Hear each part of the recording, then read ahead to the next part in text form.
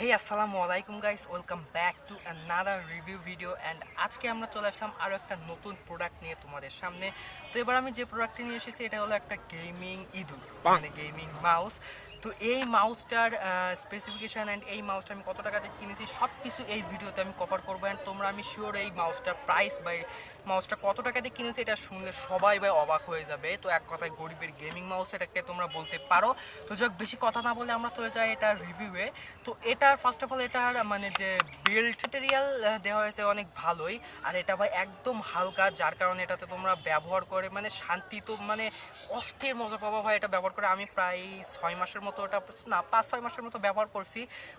অস্থির ভাই, ভালোভাবে এটাতে এডিটিং করা যায়, এমনকি গেম খেলতেও ভালো লাগে। তো এটাকে আমি বলবো 50% gaming mouse and 50% normal mouse. Because of এই মাউসটা 50% গেমিং মাউস হওয়ার কারণ হলো এটা 8GB, অর্থাৎ 8GB লাইট জ্বলে, যেটা তোমরা এখন স্ক্রিনে দেখতেই পাচ্ছ।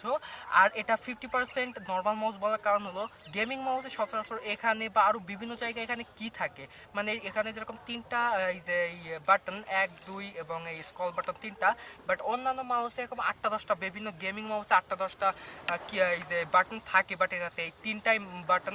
এমনকি ভাই এখানে যে ডিপিআই বাটনটা থাকে সেই বাটনটি পর্যন্ত এটাতে নেই, যে কারণে আমি 50% গেমিং এবং 50% নর্মাল মাউস বলেছি। তো এই দামে আসলে এতটা বাটন দেওয়া উপযোগী নয়। আর এটা হলো ডিভিপার্টের একটি মাউস।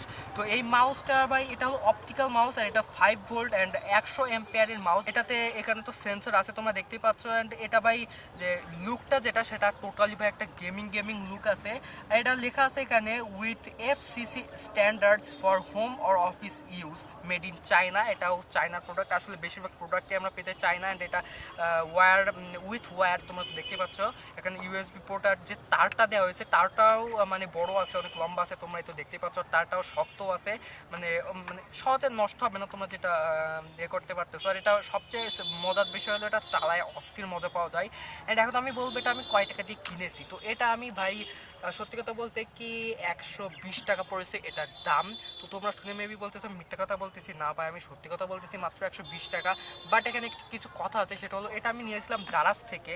আর এটার একটা মানে অফার ছিল তখন। এটার মূলত দাম 200 কত টাকা আমি জানি না, বাট অফারে এটার দাম করা হয়েছিল 180 টাকা। তো আমি সেখানে নেই, এবং নেওয়ার পরে একটি ইয়ে দেয়, ভাউচার দেয় বা যাই বলে একটা অফার দেয়, আরেকটু মানে এক্সট্রা অফার। সেই এক্সট্রা অফারের মাধ্যমে ডেলিভারি চার্জটা আমি ফ্রি পাই। তো সেই ডেলিভারি চার্জ ফ্রি পাওয়ার কারণে 120 টাকায় মাউসটা কিনতে পারি, যেটা আসলে মানে ভাগ্যবান।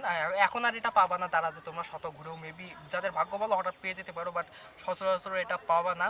তো আমি ভাগ্য ভালো ছিল বলে পাইছি। আর এটাতে যে 8GB যে মাউসটা তোমরা দেখতে পাচ্ছ, মানে 8GB লাইট জ্বলে, এটা কিন্তু সত্যি এটাতে ট্রু কালার দেওয়া হয়েছে। মানে এটার কালার যখন লাইটটা জ্বলে তখন কালারটা দেখতে আসলে অস্থির লাগে, একটা গেমিং ফিল পাওয়া যায়। আর একদম হালকা। তো এটার কিছু একটা ব্যাড সাইড বলবো তোমাদের, মানে খারাপ দিক, যেটা আমি 6 মাস ইউজ করে বুঝতে পেরেছি। সেটা হলো মানে প্রায় 3-4 মাস, 2-3 মাস ইউজ করার পরে এটাতে একটু ডিস্টার্ব হয়েছিল। যেমন তোমরা যদি এরকম 10টা ক্লিক করো, তার মধ্যে থেকে 7টা ক্লিক মানে ক্লিক হবে এবং বাকি 3টা ক্লিক মানে পড়ে না, এরকম কিছু সমস্যা হয়েছিল। যেটা এডিটিং করতে, গেম খেলতে না, মানে এডিটিং করতে অস্থির সমস্যা হতো, তো জোরে ক্লিক করা পড়তো।